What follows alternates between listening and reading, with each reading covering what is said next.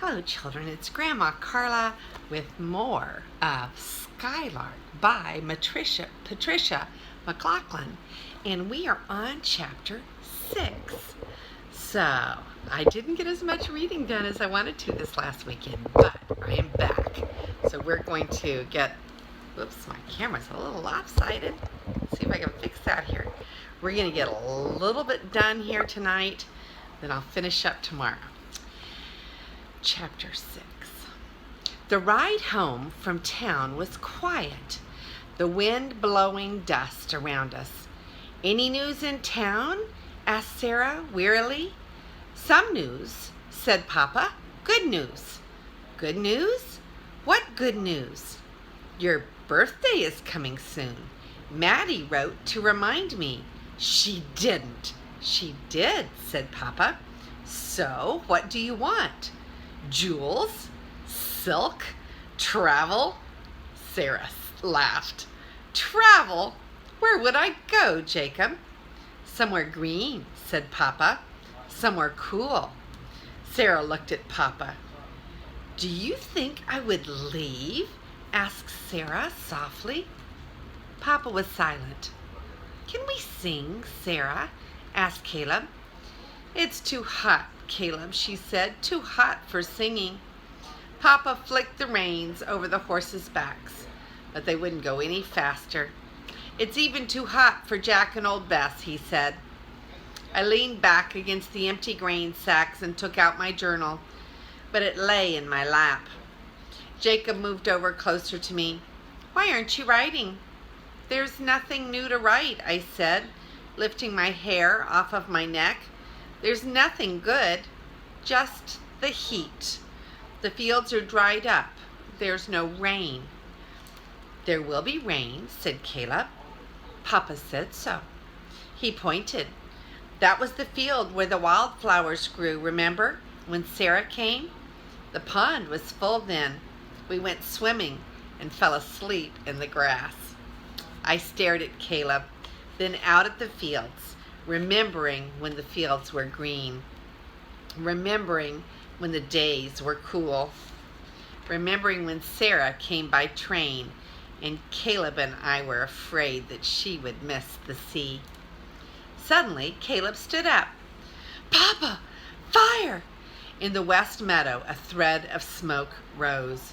"Hold on, Papa.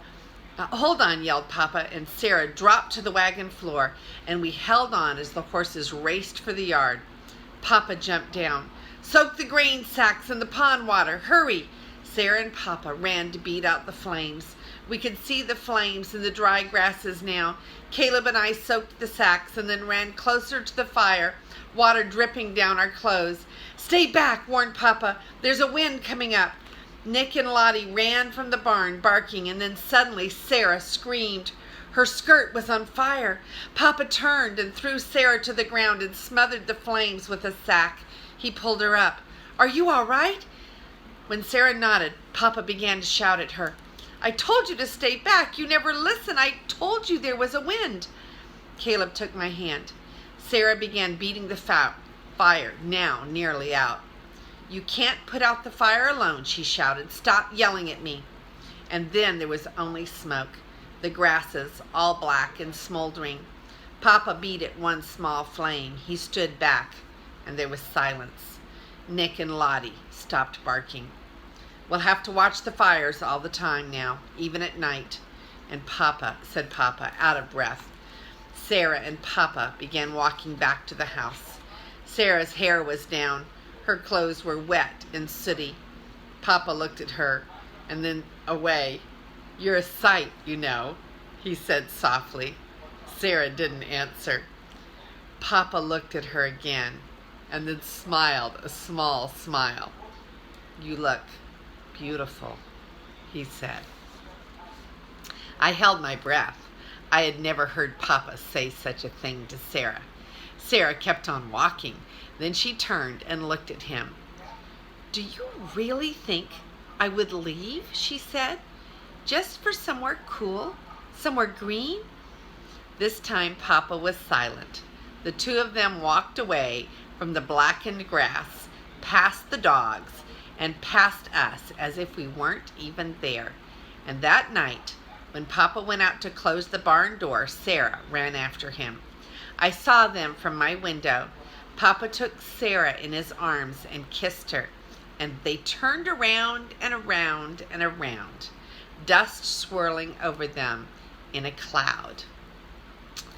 My dreams are cool.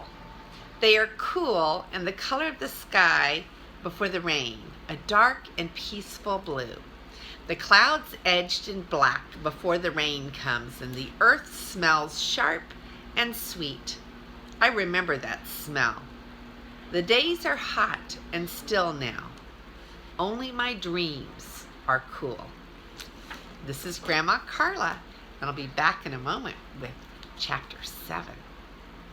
I love you.